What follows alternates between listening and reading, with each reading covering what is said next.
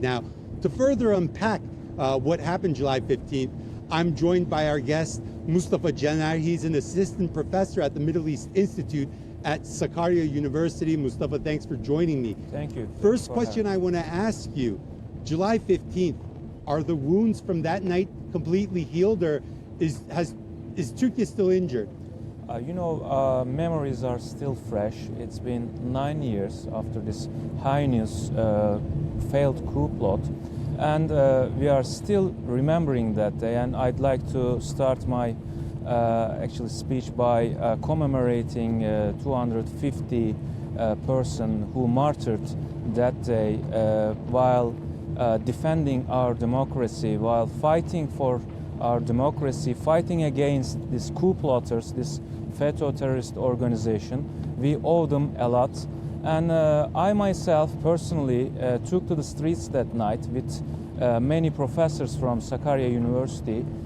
We went to the city center and started to wait for coup plotters to come. And we were thinking that we would push back against them and defend our country, our democracy, because regardless which party you voted for, regardless which politician you choose, it is your political will, it is your democracy, and no other force, army, or other, any other group can decide for you, can, take your political will and decide for you. So this was unacceptable, and we took to the streets and we defended our democracy. Wounds are, I think, still fresh, but we have learned a great deal from that night. We have learned that how precious is to have a homeland, a flag, or have a democracy, how valuable these things are.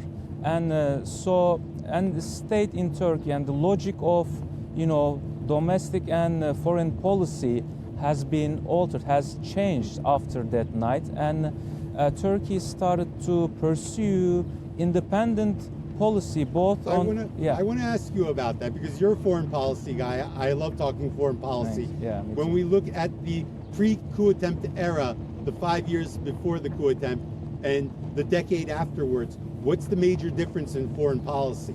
Yeah, maybe we are seeing the major difference, the clear image of this difference in Middle East, and particularly in Syria, because Syrian case is quite important here, because after the coup attempt, as you know, Turkish army conducted many cross-border operations inside the northern part of Syria and created a safe zone.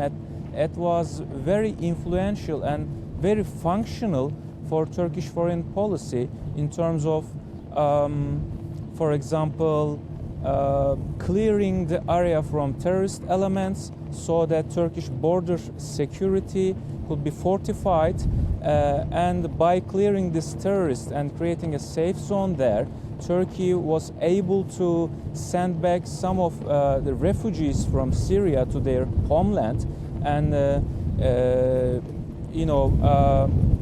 make them live there safely. And also Turkey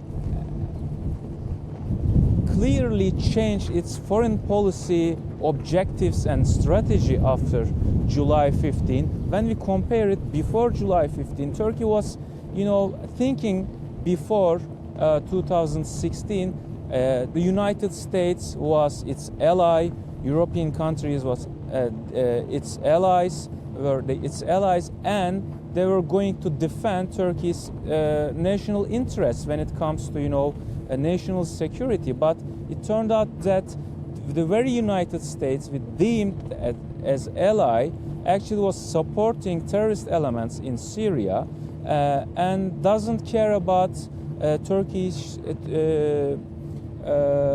state interest, national security and border security. So Turkey redefined its foreign policy agenda, objectives, the whole logic actually reorient itself in the foreign policy area and started to have a dialogue with Russia, have a dialogue with Iran.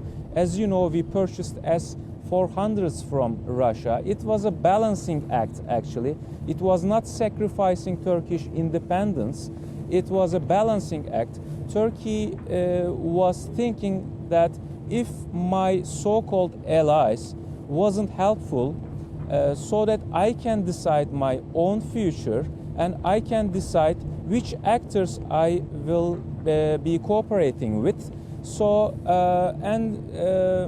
normalizing relations with Russia was very key at that era. As you know, downing Russian jets had deteriorated Turkish-Russia relations before in 2015. But after 1 year after the failed coup attempt, Turkey was able to conduct first cross-border operation inside Syria, Operation Euphrates Shields, as you know. It was a great success, and Operation Olive Branch, Operation Peace Spring, and other cross-border operations was very helpful, Turkey restoring its border security, and it was also signaling that Turkey is an independent state and has a power to pursue its own interests. Turkey is capable of doing so. So it was a major breakthrough. It was a really important turning point for Turkish foreign policy. I love your analysis, how you tie in many of these important events like Syria, like the purchase of the S-400, like the downing of the Russian jet, all to July 15th. So it goes to show how important a night that was. We're going to continue the commemorations for July 15th, and we're going to be up here on the rooftop on the coast of the iconic Bosphorus, where we have a bird's eye view of where many of the important events of July 15th took place. We're going to go back to the studio where they're going to continue their coverage as well. Thanks for joining me.